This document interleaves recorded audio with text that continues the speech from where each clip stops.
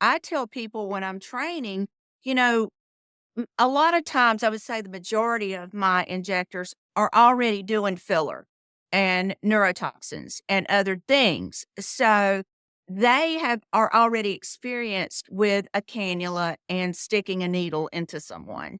Yeah. I do have a few who have started with our threads, and smooth and twist are a beautiful way to start injecting because you can't really hurt anybody with them. They dissolve quickly. You don't see them under the skin. They're very thin. They're a good place to start, but that's not always the case. So, when you're in the grand scheme of what we do, I think PDO is one of the safest, if not the safest, injectable that we do.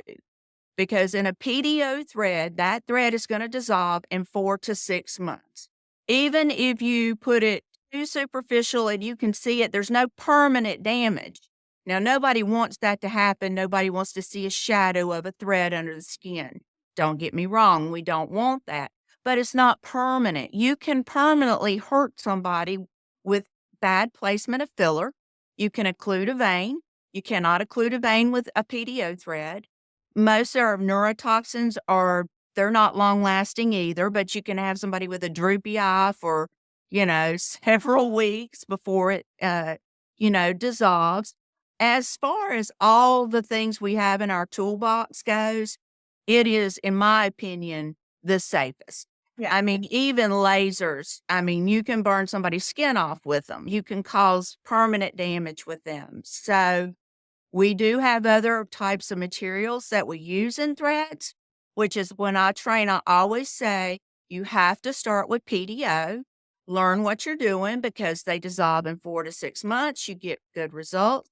And once you know what you're doing, you feel like you're an expert. And the client has had threads before and they like the result and they come to you and go, "Oh, I just love it. I wish they lasted longer," because the result lasts about a year to a year and a half.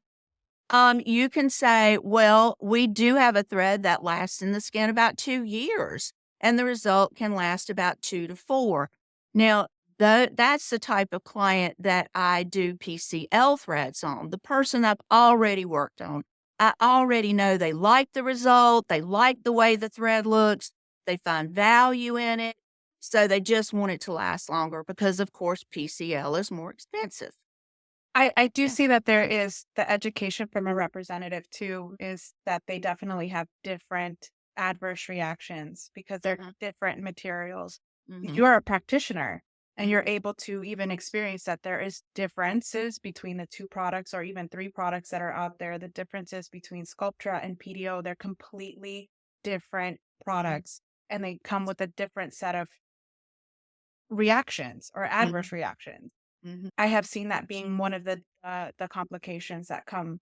So, do you feel like that's something that you've seen multiple times while you're practicing that they didn't even know that they're different materials or they act differently in the skin? Most of the people that I run across are brand new. I'm training them, so they don't that there's different materials and I explain the different materials.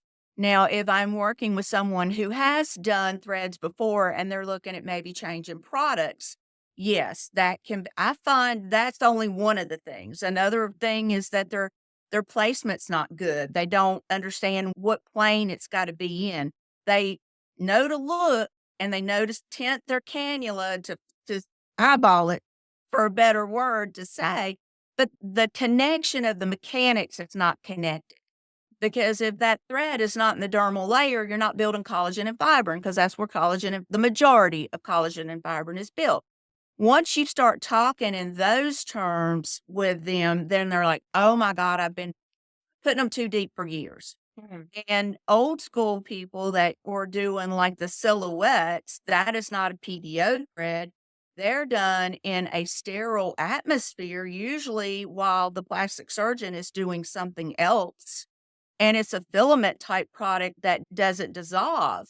And so they're like, "Oh, wow, I did that." And, years went by and the client, you could see the thread under the skin.